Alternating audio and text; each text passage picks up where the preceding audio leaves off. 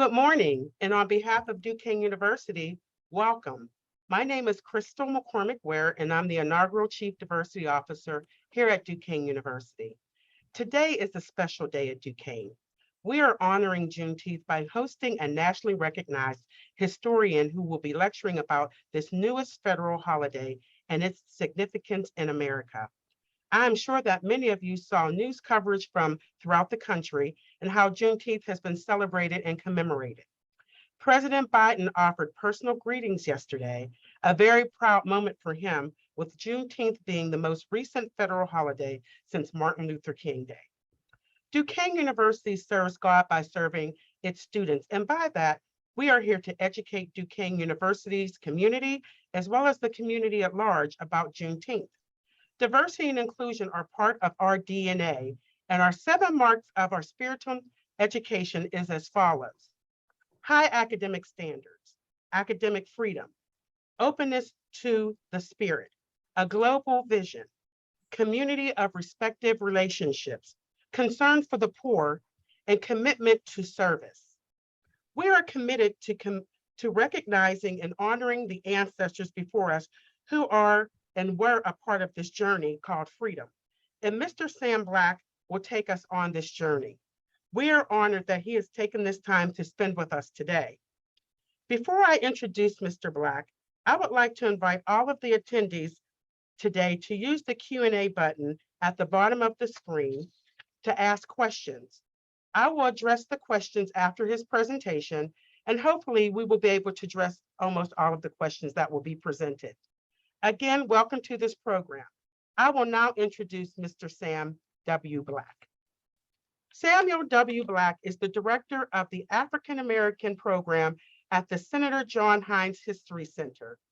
He is the former president of the Association of African American Museums, and he served on the executive council and the advisory council of the Association for the Study of African American Life and History, as well as the program committee for the American Alliance of Museums.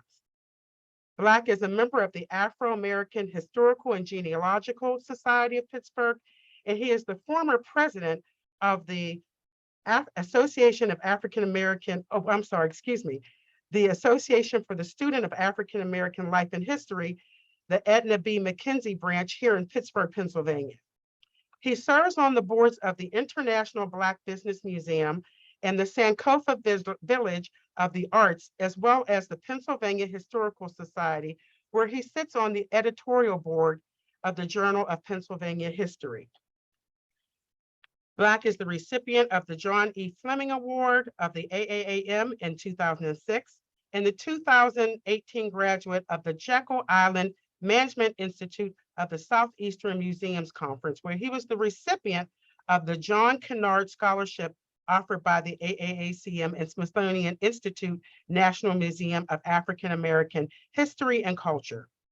And he's a 2019 Fulbright Germany Transatlantic Seminar of the Smithsonian Institute of the Leibniz Association of Germany.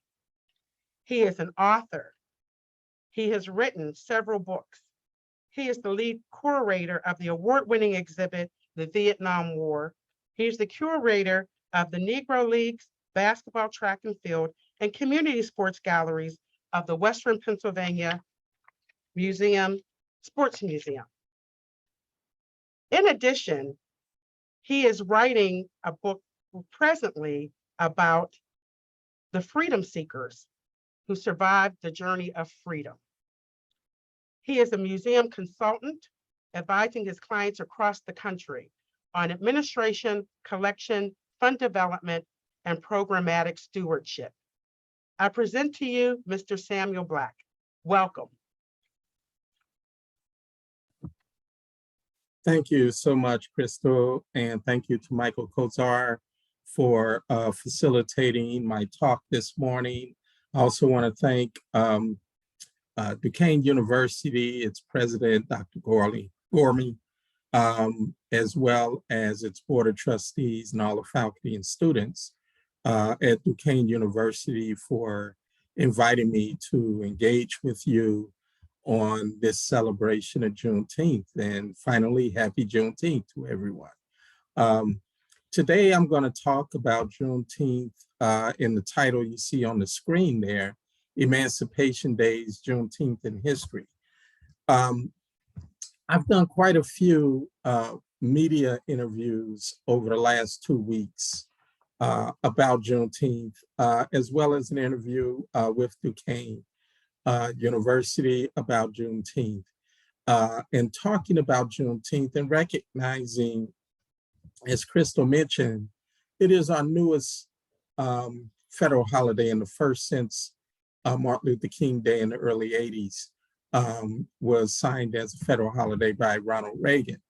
And the comments that Joe Biden made last night were most appropriate and, not so much a formality, but really, looking at his face, looking in his eyes as he was saying those great things about Juneteenth and about history and about America and about freedom and so forth, he really meant it. And it gave me a little more reflection on what I'm going to talk about this morning, because I think one of the great things and one of the most important things to understand Juneteenth is really to understand the history of how we got to this national holiday in 2022. So without further ado, let's get started with Emancipation Days. One of the things I like to do is really begin by talking about the ways that people of African descent recognize freedom, celebrated freedom, observed the occasions of freedom in this country. And we begin really with celebrating the Haitian Revolution. The Haitian Revolution, beginning in the early 1790s, as Toussaint Louverture and others began to overthrow slavery in Haiti on the island of Hispaniola, or Saint-Domingue, as it was called, what is today Haiti and Dominican Republic. But these revolutionaries liberated the island on August 22nd, 1791, and it was not just totally contained in Haiti. News was always being transferred in the Atlantic world, although they did not have the internet, they did not have social media and the things that we find so comfortable for us to communicate across the globe today.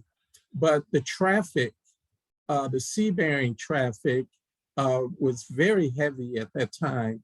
Not only did you have slave ships crossing the Atlantic Ocean, but you had merchant ships, you had passenger ships, and so forth, even pirates crisscrossing the Atlantic from Africa and Europe to the Americas, and they're bringing the latest news of what was going on in their particular regions and so forth.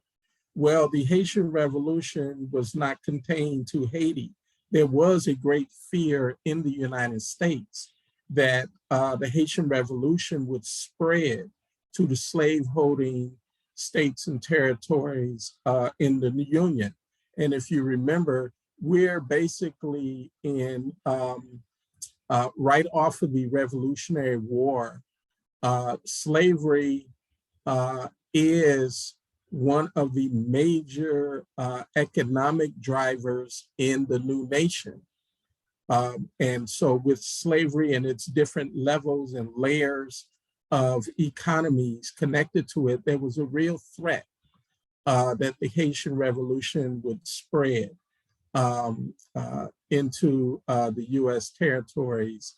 And so the US government was always cautious of that and joined with France, joined with Great Britain and Spain, all putting sanctions on Haiti, setting up blockades of Haiti to prevent any, to prevent their ports from operating and prevent any types of trade to take place between Haiti and any other nation.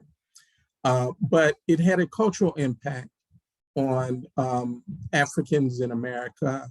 And you begin to see some of the communities well into the 19th century, communities across the country adopting the name of Haiti. Durham, North Carolina still has a community today called Haiti, or they call it Haiti. And here in Pittsburgh, in the Lower Hill District, was once called Little Haiti. And so you can see the impact there of the Haitian Revolution. But not only the Haitian Revolution, as I mentioned, it was not contained in Haiti. There were thoughts and actions that took place even in the United States into the 19th century, such as Gabriel Prosser's revolt in Richmond, Virginia in 1800. So you begin to see some of these enslaved revolutions on a smaller scale taking place throughout the early part of the 19th century, beginning with Gabriel Prosser's revolt in Richmond in 1800, and in 1822 with Denmark Vesey in Charleston, South Carolina, organizing a slave revolt. And the interesting thing is that Prosser and Vesey were formerly enslaved. They were free people, but they cherished freedom, and they recognized the constraints and the bondage and trying to overthrow bondage in their particular cities. Both were unsuccessful, however, but it was an indication of the impact that the Haitian Revolution was having on America. But on the celebration side, what began to happen each decade is that the Haitian Revolution began to have a cultural impact on Africans in America, to the degree that they begin to have these celebrations every August of what they called Emancipation Days or Freedom Days across the country. And these were celebrated in Boston, New York, Philadelphia, some of your major urban areas and larger communities of African Americans at that time. In addition to the Haitian Revolution in the 1790s, also the US joining Great Britain in 1808 to abolish the transatlantic slave trade, to make the transatlantic slave trade illegal, not only in America under American law, but also a year earlier than America in 1807 under British law. And enforcement of the abolition of transatlantic slave trade was by both countries' navies. Of course, Great Britain was known to have the best navy in the world at that time, but they were both, the navies of the United States and Great Britain were used to enforce the abolition of the transatlantic slave trade. So when we talk about information, one of the important aspects of the Haitian Revolution was Prince Saunders, and that's the gentleman you see on the screen, who was an agent of the Haitian government and had written in 1816 the government records of Haiti at that time under the reign of Henri Christophe, and his role as an envoy to the British government, or somewhat of an ambassador to the British government, allowed him access to the Haitian records, and he was able to really write the Haiti story, the story of the revolution in Haiti. And that further spread the news and information about Haiti and this fervor of freedom, not only in Haiti, but in the throughout the Western Hemisphere. And so you begin to have August recognized as Freedom Days, and you begin to have these sort of cultural celebrations taking place, as I mentioned before, in some of the larger Black communities in the United States. In addition to the Haitian Revolution in the 1830s, as the British Crown or the British Empire began to abolish slavery in their colonies and territories, you begin to see a different type of dynamic now. It was not so much a revolution such as Haiti to overthrow slavery, but it was actually one of the world powers in Great Britain abolishing slavery throughout its empire. Although beginning in 1834 and then finalizing around 1838 or so, so it took about 4 years for the abolition of slavery to take place in the British Empire. What did that mean for people of African descent? It meant that those in the West Indies were now free. And so in places like the Bahamas and Barbados and Antigua and so forth, in Jamaica, that slavery was no longer legal in those particular areas. And what the British government did in 1838 and 1839 was to provide reparations for the slave holders, not those who were enslaved. So in 1839, Great Britain had paid out something like 20 million pounds to former slaveholders for the loss of their, quote, property during this. And so, but on the cultural side, in addition to the Haitian Revolution, there is now, and the abolition of the transatlantic slave trade, there is now another cause to observe freedom, which came in the form of West Indian emancipation. And so by 1834, you have well-established Black press, Black newspapers beginning in 1828 with Freedom's Journal.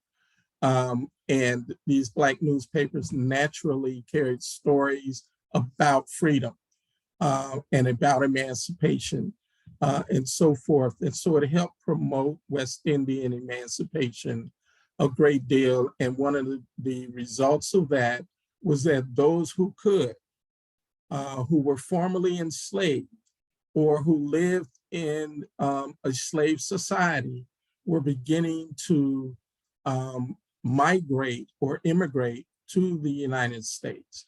So we begin to see people from the West Indies coming to the United States more frequently after West Indian emancipation. And this gave greater cause for Black communities across the country to recognize, again, August, and in this particular instance, August 1st, as Emancipation Day. And I mentioned before about the Black press and the role of the Black press in helping to communicate the instances of freedom and promote the celebrations and observances of freedom and emancipation throughout the North American territories, including Canada, the United States, as well as Central America, and the Caribbean, and so forth. So the Black press, in numerous articles, published speeches, announcements of emancipation or Freedom Day events, really began to happen more often in the 1830s.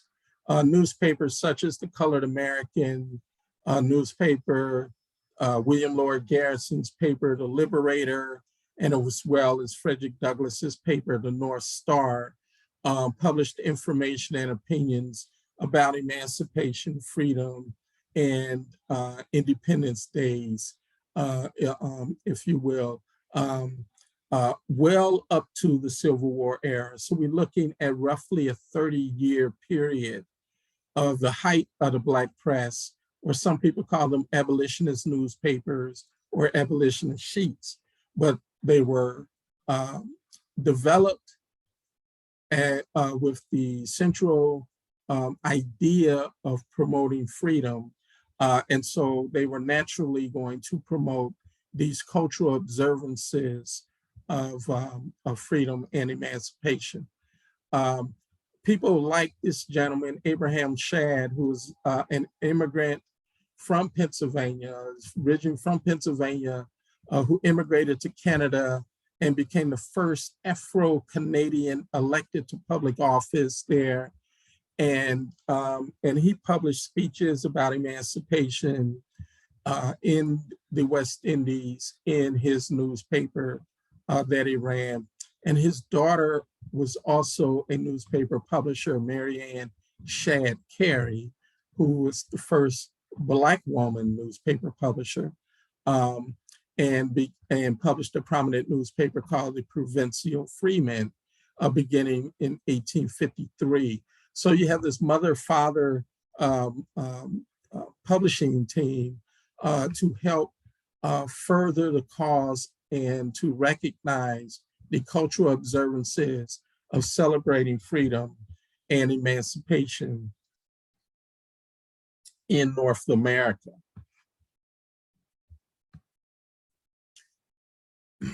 One of the Independence Days that was recognized in the 1850s was that of Liberia.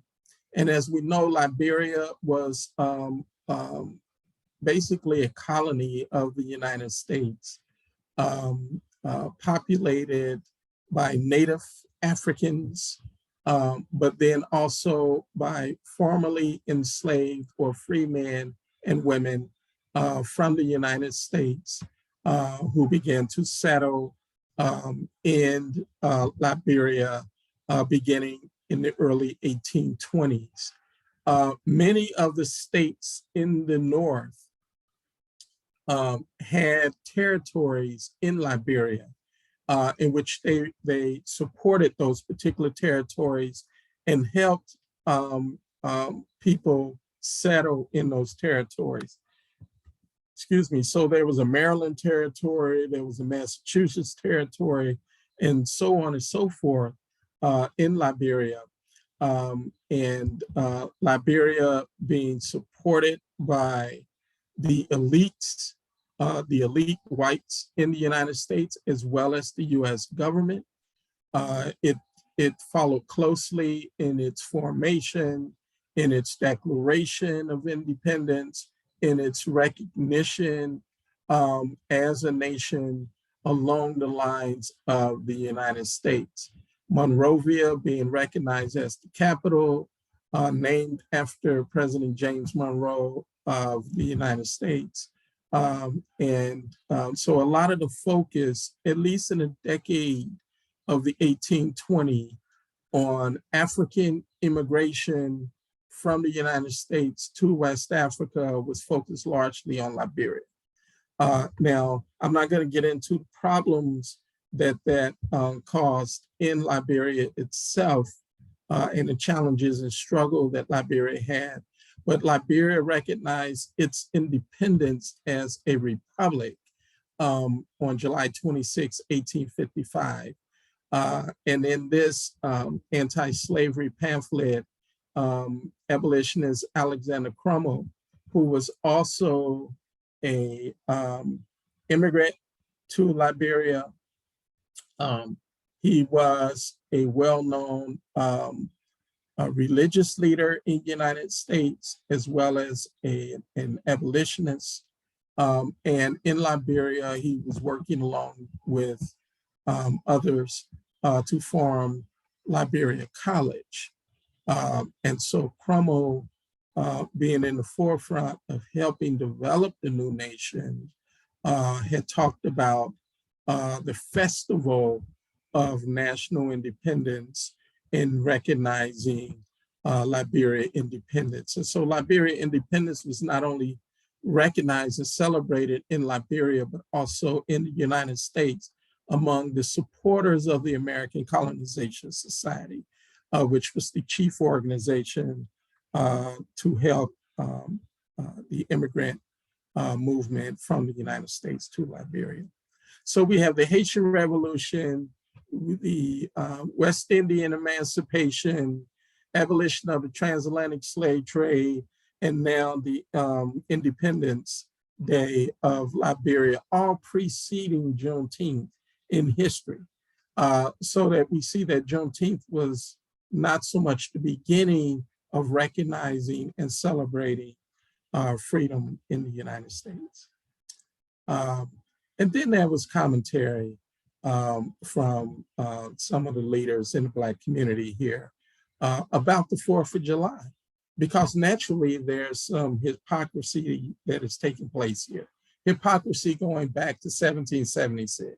Hypocrisy with the fact that those who wanted freedom from Great Britain, freedom from tyranny, they wanted representation and so forth, included free Black people. We know that Crispus Attucks was the first to die in the American Revolution. And we know that the United States is much more of a diverse society than is recorded in most histories. And so there had always been from the very beginning that the fact that people of African descent were not lost on the ideals of freedom coming out of the American Revolution. So the celebration of July 4th as Independence Day, or recognizing the freedoms in the United States. Frederick Douglass was one of those who was very outspoken about the hypocrisy in which he gave a speech on July 5th, 1852 in Rochester, New York, and then gave a similar speech in various places across the North, including Ohio, Pennsylvania, and so forth. And it's talk, what to the slave is the 4th of July. So Douglass, speaking as an active abolitionist in 1852 about the hypocrisy of the 4th of July, but other abolitionists also talked about the hypocrisy of the 4th of July and Independence Day in terms of Africans in America, in which the majority were held in bondage. And so Charles Lennox Ramon, a very close ally of Douglass, gave a similar speech 7 years later in 1859 that was published in William Lloyd Garrison's Liberator newspaper, in which Mr. Ramon talked again about this whole notion of conceiving freedom, but recognizing the unfreedom of nearly, at that time, approaching 4 million Black people enslaved in the United States. So you begin to have commentary in the newspapers reflecting on this whole thing of freedom, not just freedom as expressed related directly to Black people, but freedom as a general concept that is primarily the foundation of the United States of America. And then comes the Emancipation Proclamation. The Civil War begins. A lot of events take place in the 1850s, which really is the turning point decade in American history toward freedom, because there's a realization now that freedom is going to be obtained maybe through war. And we're beginning to see it from the point of September 1850 with the passage of the Fugitive Slave Act, that began to give cause for the rise of independent agencies who expressly are in the business of quote unquote slave catching.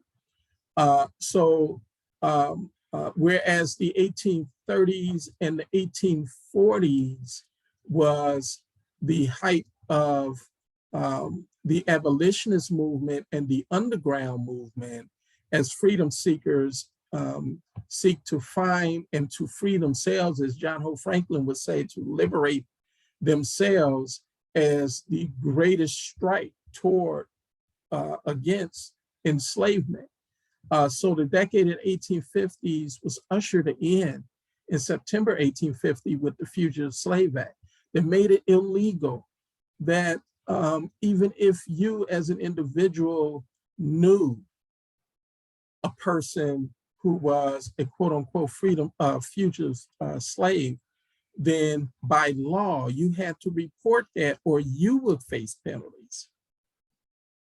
If you harbored anyone who was a fugitive slave, you would be arrested and jailed and face penalties and so forth. And then the flip side of that is that there were monetary rewards given to people who apprehended fugitive slaves, to law enforcement that jailed fugitive slaves, to prosecutors that tried fugitive slaves, and to judges who oversaw the hearings and court cases of fugitive slaves. There were monetary rewards for all of those. So you begin to see that the Fugitive Slave Act was going to have a serious impact on freedom in the United States. And so what happens is that you begin to see a pushback against that leading up to the Civil War. But in the early 1850s, you begin to see Black communities across the North begin to form their own militia groups. And these militia groups were formed specifically to protect the communities and to protect the freedoms of people in these communities. So we begin to see the instances like 1851 in Christiana, Pennsylvania, where former slaveholders approached the property of Mr. John Parker, who he himself was harboring fugitive slaves as an operative on the Underground Railroad. And a battle ensued in which Mr. Gorsuch from Maryland, one of the slaveholders, perished in that battle, and a number of others from Mr. Parker, and the freedom seekers he held were able to escape and go to Rochester, New York, and meet up with Frederick Douglass, who helped them further move on to Canada and freedom. So that was one instance. But here in Pittsburgh, there were two militias formed, the Fort Pitt Cadets and the Hannibal Guards were two militias that were formed in Pittsburgh to protect the small Black community in the 1850s in Pittsburgh. So you had all this activity taking place all around freedom. In addition to that, there was in 1854 the formation of the National Immigration Convention that took place in Cleveland, Ohio in August of 1854. But the largest delegation to this convention came from Allegheny County, right here in Western Pennsylvania, led by Martin Delany, who became the chairman of the National Immigration Convention. And this unfolded throughout the 1850s in similar instances across the country where Black people are seeking freedom. But at the same time, they're still recognizing in their speeches, in their talks, in their preambles, and in their descriptions of their organizations, they continue to relate back to Haiti. They continue to relate back to the emancipation of Great Britain and so forth. So they continue to relate to these instances and cultural observances of freedom. So all of this leads into the Emancipation Proclamation. Although the proclamation was drafted by Lincoln in 1862, signed in September 1862, with the idea to go into effect on January 1st, 1863. And what the emancipation allowed was for enslaved people in states rebellious against the Union, Confederate states rebellious against the Union, that immediate emancipation will take place in those particular areas. Now, the neutral states that held slaves as well were not being forced to emancipate their slaves. So those states included Kentucky, Delaware, Tennessee, and Missouri. But the other Confederate states would come under the emancipation. Now, what Lincoln did was, although the emancipation in terms of actions by the president, Executive Order number 1, came on September 22nd, 1862, he basically gave the Confederacy 3 months to accept the Emancipation Proclamation and to begin to cause for immediate emancipation in those territories. If not, then Executive Order number 2 will go into effect on January 1st, 1863. Now, the Emancipation Proclamation did a number of different things. It not only attacked slavery in the Confederate States. The interesting thing is that it really had very little authority in the Confederate States. It was only as strong as the ability to enforce the law. So as the Union Army moved from territory to territory, winning battles and territory throughout the South during the war, they were able to free and help free those people who remained in bondage. This is a very important aspect of the Emancipation Proclamation, because it leads right into the whole discussion and the reason that Juneteenth even came about in the first place. It was all about the Union Army and the federal government's ability to enforce Executive Order number 2, initiated on January 1st, 1863. Now, we know that part of the Emancipation Proclamation also provided for the establishment of United States colored troops. So the interesting thing about this, and going back to the Black militias that were formed by Black communities, that going all the way back to the end of the American Revolution, in 1792, there was a law passed by Congress called the Militia Act. It was the Federal Militia Act.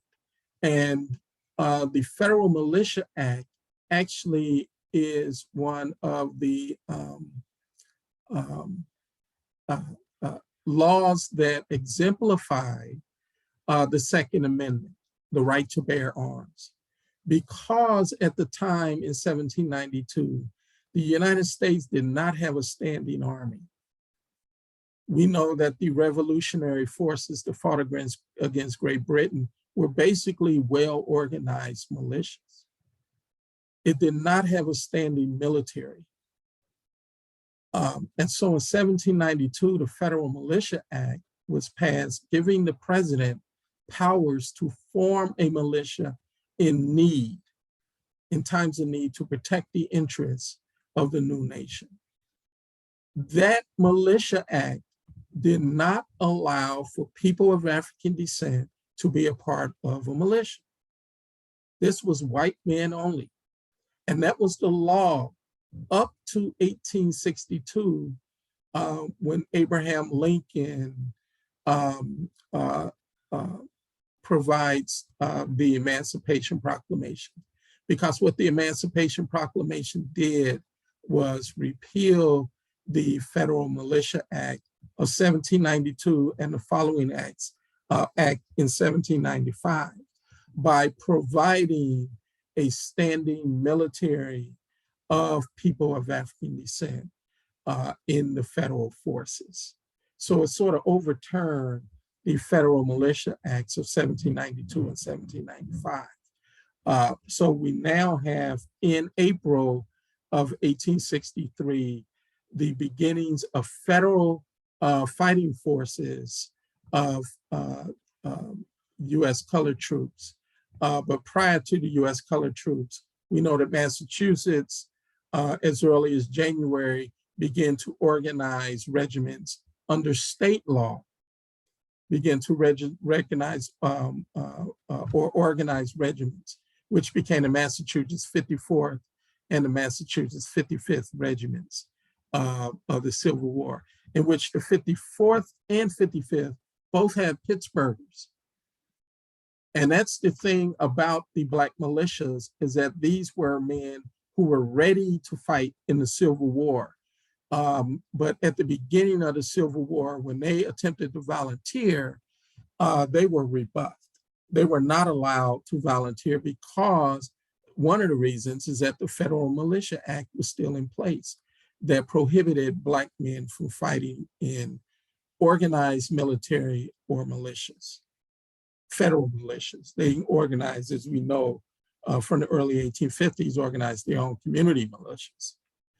So this is very important to know and to understand as we move into what becomes the occasion for Juneteenth. So the Emancipation Proclamation had a significant impact on the movement toward freedom and recognizing freedom and celebrating freedom in the United States. Even before Juneteenth, coming right on the heels of Lincoln's September 22nd, 1862 Executive Order #1, that we got to know as the Emancipation Proclamation. Gallipoli, Ohio, began to celebrate emancipation at that same time. After the September 22nd Executive Order #1, Gallipoli, Ohio began celebrating freedom and emancipation. So they sort of preceded Galveston, Texas, that we will talk about shortly. And their celebration continued into 1863, and it continued to this very day. It is the longest known celebration of the emancipation of slavery in the United States that we know of. It is not Galveston, Texas with Juneteenth, but Gallipoli, Ohio, a couple of years earlier than Texas. And that is John Gee African Methodist Episcopal Church. This is an early 20th century photograph of the church. This is the only congregation that existed, African-American congregation that existed in Gallipoli, Ohio in 1862, and the site of many of those emancipation celebrations there. And then we come along with the story of Juneteenth. Juneteenth, as we know, began in Galveston, Texas in 1865 to commemorate the emancipation of the enslaved in that state of Texas. Now, the reason, as I mentioned before, Lincoln's Emancipation Proclamation was not immediate. In many of the Confederate states, of course, they did what? They ignored it. They were no longer a part of the Union anyway. So they had no reason to impose a foreign law on their government. So that made it much more difficult. That's why the only way that the Emancipation Proclamation could be enforced was through military might. So as the federal troops captured certain Confederate territories, they were able to enforce the Emancipation Proclamation, but not in Texas, because Texas was still a struggle in 1865. And so regardless of the fact that the Civil War itself, Lee and, Grant, Grant accepted Lee's surrender. And shortly after that, we know that some skirmishes and battles continued to take place throughout the war until news came that the war was over. with Lee's surrender at Appomattox. However, in Texas, that did not mean that slavery was over. And in Texas in 1865, there was nearly 250,000 people still enslaved as of June 18th, 1865.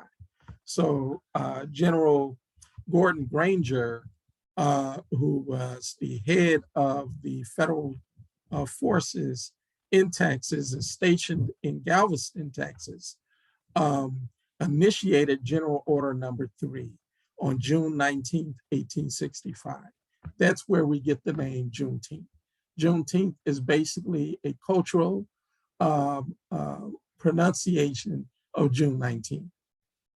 Okay, Juneteenth is where we get that particular name of this new federal holiday that we celebrate today. So Granger, his executive order was to do exactly what I've been talking about, was to enforce the Emancipation Proclamation of 1863 that had not been able to be enforced in Texas prior to June 19th, 1865. So it took a full 2 years, basically, or a little more than 2 years, for the Emancipation Proclamation to be enforced in the state of Texas. So Juneteenth basically becomes this cultural observance by Texans to recognize emancipation from that point on. And so yearly celebrations that included everything from just large gatherings, it included speeches, it included rodeos. We're in Texas after all. It included rodeos, it included parades. And so it sort of grew and evolved over the decades to the degree that although it is a cultural observance, it becomes very popular in Texas and begins to grow in other areas. And as I mentioned, the whole concept of celebrating emancipation was not a new concept or a new idea or even a new tradition. So it took a while for Juneteenth to be accepted by other regions in the country. The people in Gallipoli, Ohio are like, you know, we were doing this 3 years before you. You know, we didn't, you know, celebrating emancipation. In other places in Philadelphia or Boston are saying, well, you know, we still recognize August as our celebration of emancipation. So over the decades and well into the 21st century, you begin to have this amalgamation of all these different observances, and recognizing freedom is the commonality between all these observances.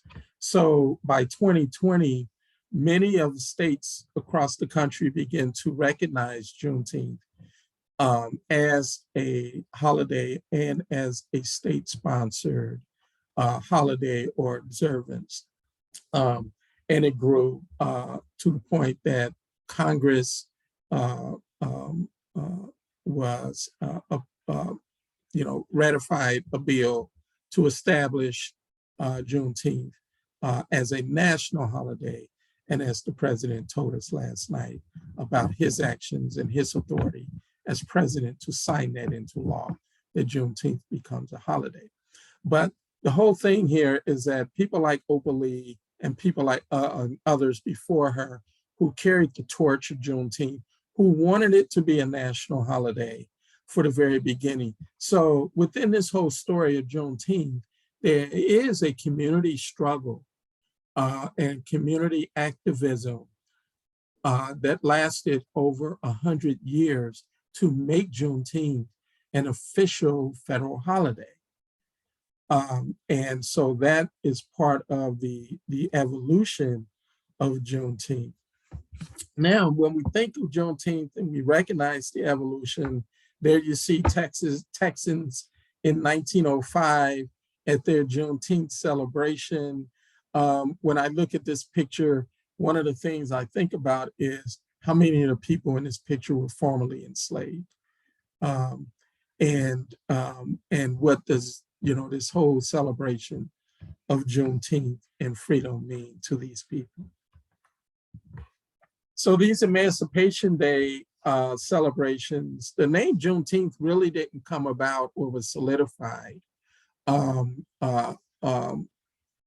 the moniker for celebrating freedom until the 20th century.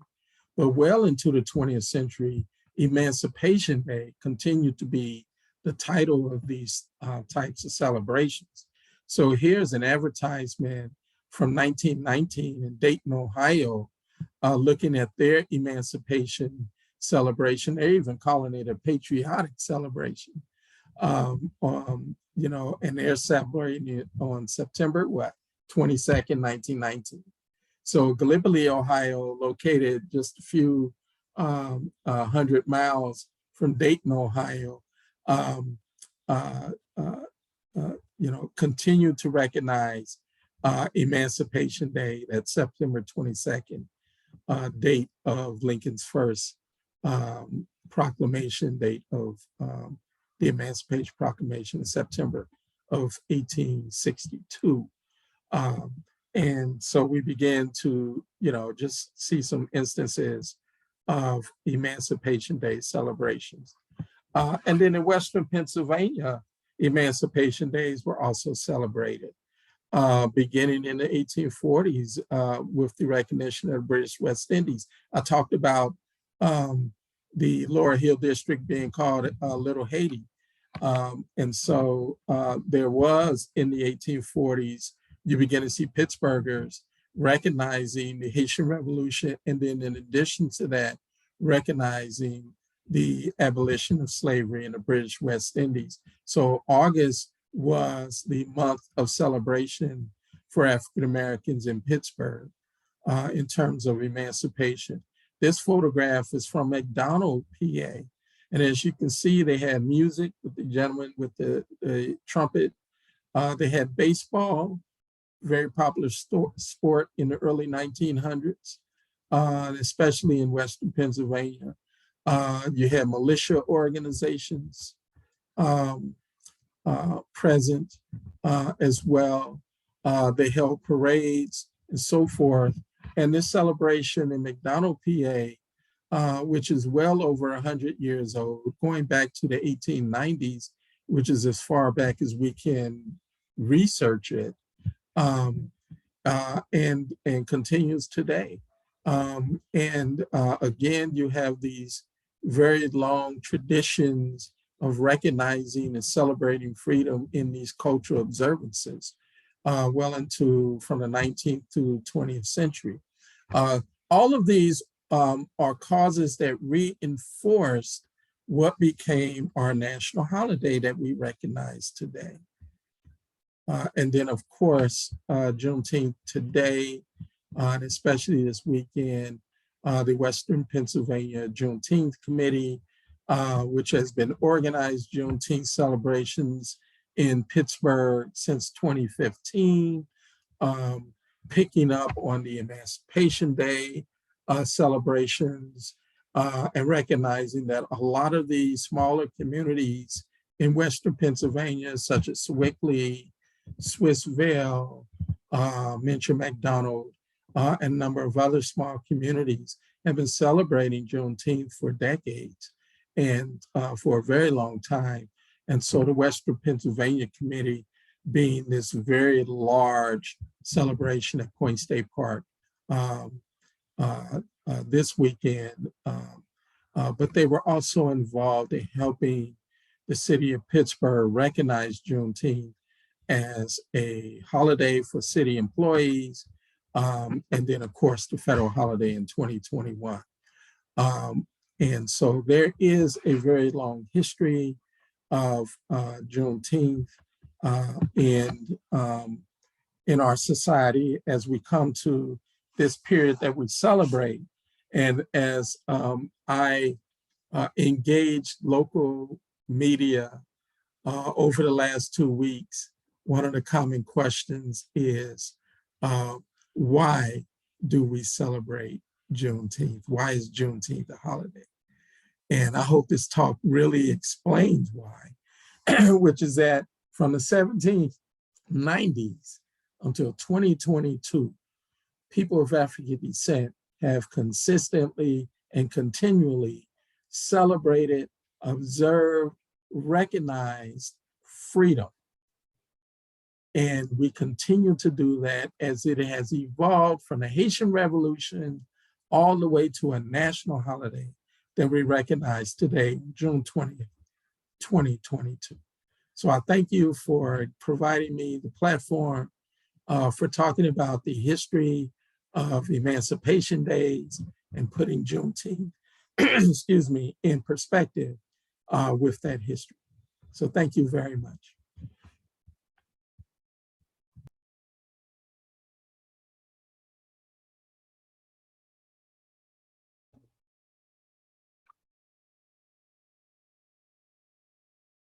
Thank you, Mr. Black.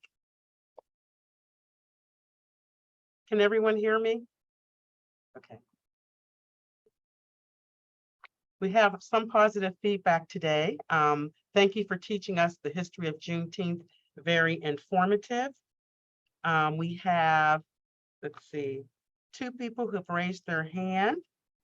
Let's see, 1 or 2.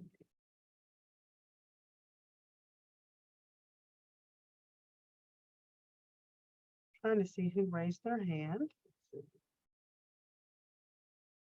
Can you put your question in the question and answer? That would be helpful to us. More positive feedback, great presentation, thank you.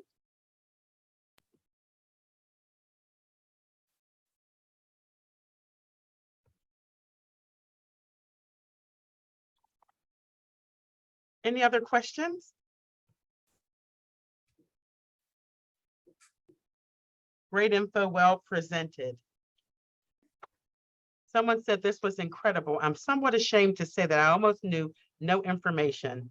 This is what we should learn in schools. Well, you've learned now, and that's all that matters.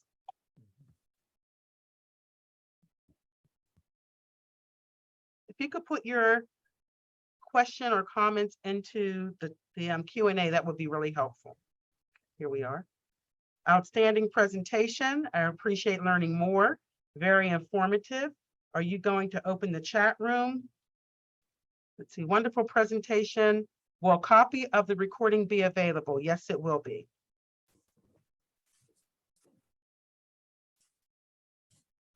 So someone had mentioned that we actually are celebrating Juneteenth today.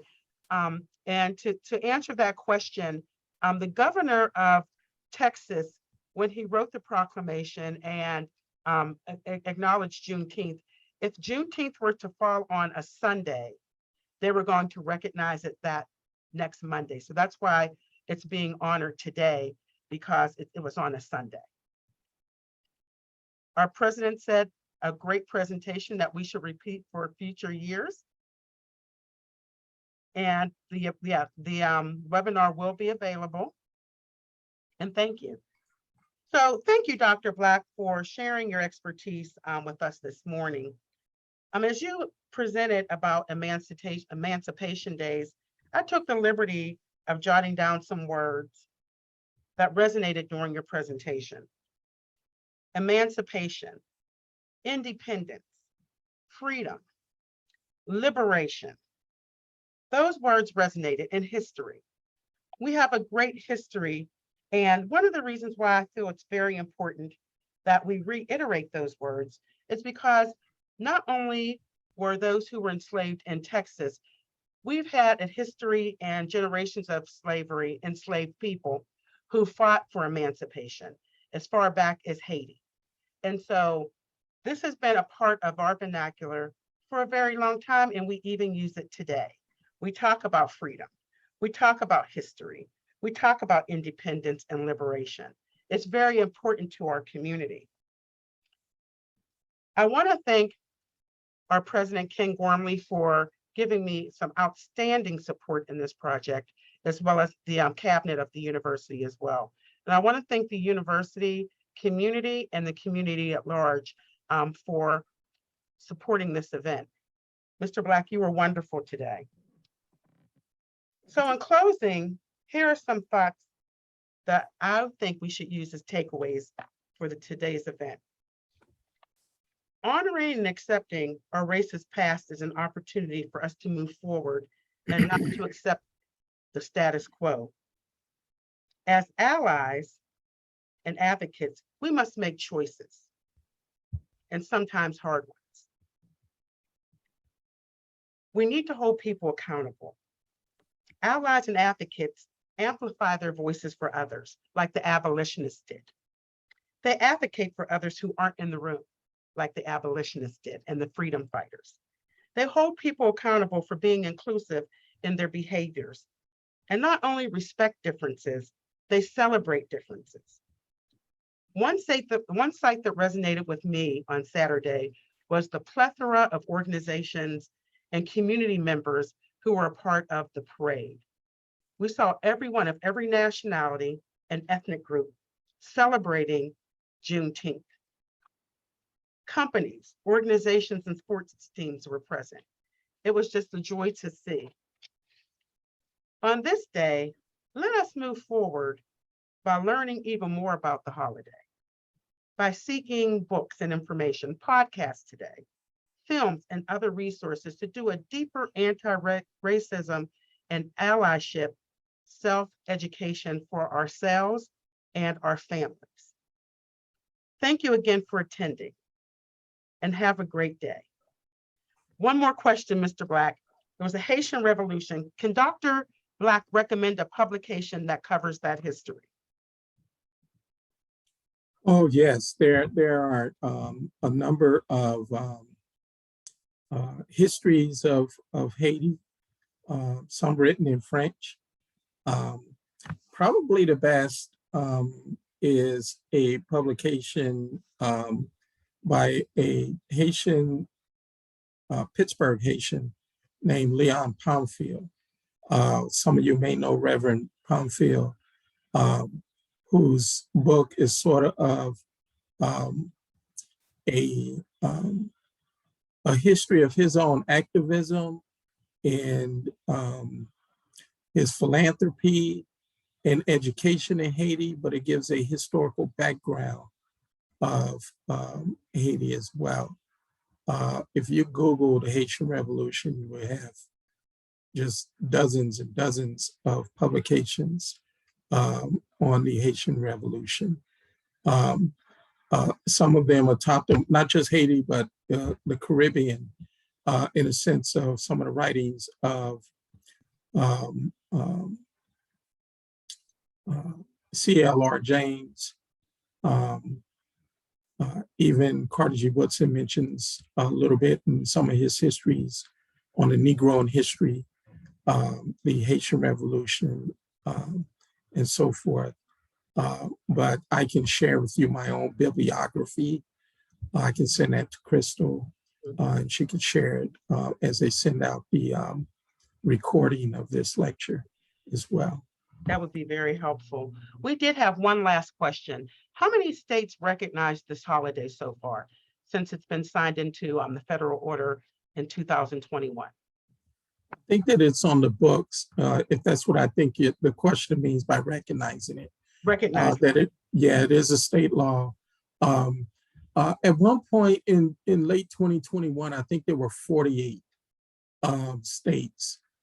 Presently, I'm not sure if it's all 50 states as well, but since it's a federal holiday, doesn't necessarily mean that all 50 states and territories recognize it. They still have to, within those states and territories, ratify it like they do any other federal law. And so we know that with MLK, there were some holdouts. I think Arizona and another state did not ratify MLK Day until the 2000s. So, but with Juneteenth, think it was 48. I'm not sure how many it is today. Okay. Well, we do it in Pennsylvania. And Pennsylvania was one of the, not necessarily states, but municipalities and organizations and corporations began to recognize Juneteenth as a paid holiday for their staffs, even before the state of Pennsylvania recognized Juneteenth as a holiday. So Sam, there's one more question, and I'm sorry we have to leave after this, but I think this will help us put this in perspective. How do you see emerging anti-critical race theory education laws across the country impacting more necessary global education on and celebration of the importance of Juneteenth, despite our national recognition? Yeah, that's a very important topic right now because it impacts all of us. It is much more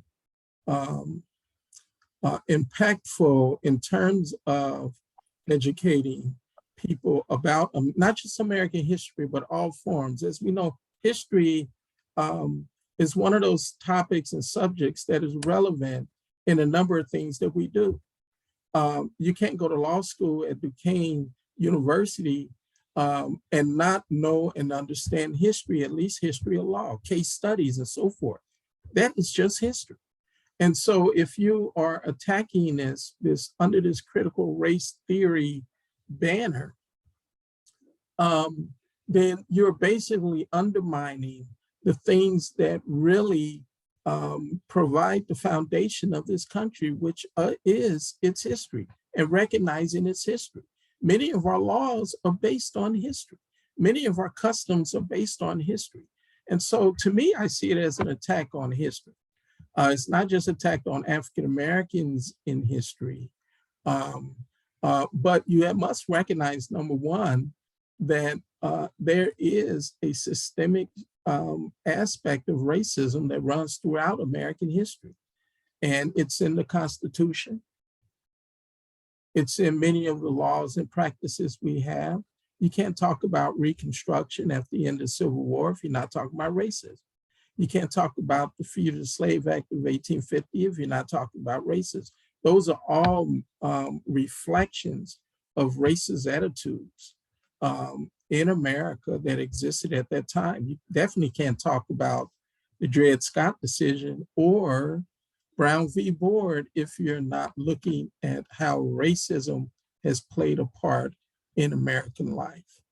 And so I feel comfortable in a sense that I know that there are many people, including myself, who will continue to do what we do, which is tell the American story and not censor American story. And you must recognize the fact that there are things that make you uncomfortable about the American story, and there are things that make you jubilant about the American story. So I guess that's the best way I can approach that particular question. But I think that Juneteenth is indicative of the will of the American people to recognize freedom as the foundation of this country. Those who are attacking critical race theory or using that as a means to undermine the American education system, then really are counter to the promises of Juneteenth and other observances of freedom. I want to say one last thing. There are a number of people of Caribbean and Haitian descent who listened to your presentation, and they said they are beaming with pride to know that a lot of the revolution started in that area. So thank you very much for that. It's important that we know the history of how Juneteenth came to be. The struggle has been real. It's something we say in our community, but it has been real for centuries. And we were able to overcome those obstacles. And of that, we are proud. We're a resilient people, but we want everyone to join us in the celebration and honoring Juneteenth. And we're looking forward to celebrating in the near future as well. So Mr. Black, thank you so much for your expertise. And we're looking forward to housing some of your books in our library so we can use them as reference tools and on our LibGuides. And we're hoping to hear from everyone soon, and I'm hoping to hear from you soon as well. So again, thank you all for attending and have a great day.